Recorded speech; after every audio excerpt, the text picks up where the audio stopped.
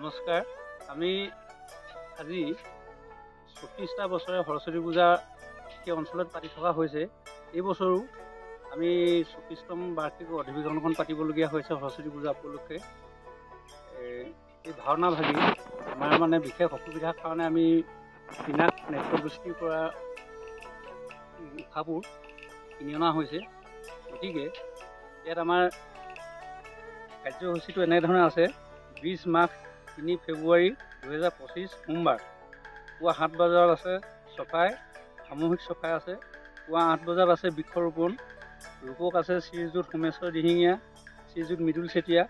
পুৱা 9 বজাত আছে সৰস্বতী পূজা আৰম্ভ। দুপৰীয়া আছে প্ৰসাদ বিতৰণ। সন্ধিয়া 6 বজাত আছে বন্তি প্ৰজ্বলন। সন্ধিয়া 7 বজাত আছে ভাগৱত স্থাপন। সন্ধিয়া 7 বজাত 5 মিনিটত আছে আপোনাৰ গোটেইসকলক মানে সম্বৰ্ধনা হেৰি কৰা। তাৰপিছত নিশা 7:30 বজাত আছে কণ কণ শিশুসকলৰ দ্বাৰা পিনাক নাট্যগোষ্ঠী দলৰ পৰা দুৰ্যোধনৰ অশ্বমেধ যজ্ঞ কুৰ্ম বুলি পতন নাটভাগ কিনি অনা হৈছে।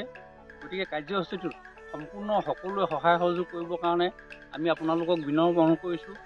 আৰু আমাৰ যদি ভুল ত্ৰুটি কিছুমান থাকে তাৰ দিহা পৰামৰ্শ দিবলৈও আপোনালোকক নিমন্ত্ৰণ হিচাপে শৰাই আগবঢ়াই পিনি আপোনালোকক আমন্ত্ৰণ কৰিছোঁ।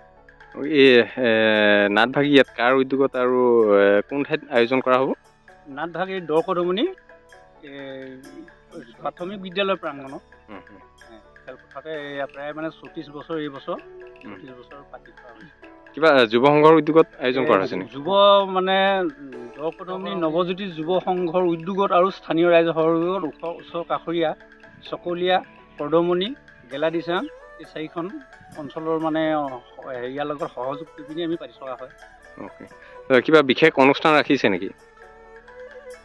ধৰক সম্বৰ্ধনা অনুষ্ঠান বা তেনেধৰণৰ কিবা আছে? সম্বৰ্ধনা আমি আৰু মানে যিসকলক ইয়াত মুৰব্বী হিচাপে আমি নিমন্ত্ৰণ কৰিছোঁ।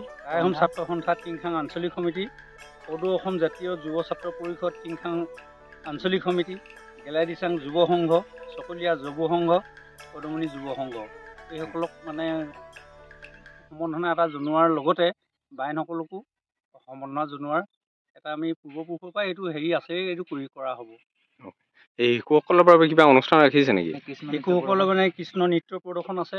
তাৰপিছত আকৌ মানে দিনত কিবা খেল ধেমালি হ'ব, সৰস্বতী পূজা হ'ব, দৌৰ কিবা কিবি এনেকুৱা ধৰণৰ মানে কাৰ্যসূচী হয় আৰু যিকেইটা পাৰোঁ আৰু আকস্মিক বক্তৃতাৰ পৰা আৰম্ভ কৰি কুইজ প্ৰতিযোগিতালৈকে চিত্ৰাংকনলৈকে এইবিলাক হৈ থাকে।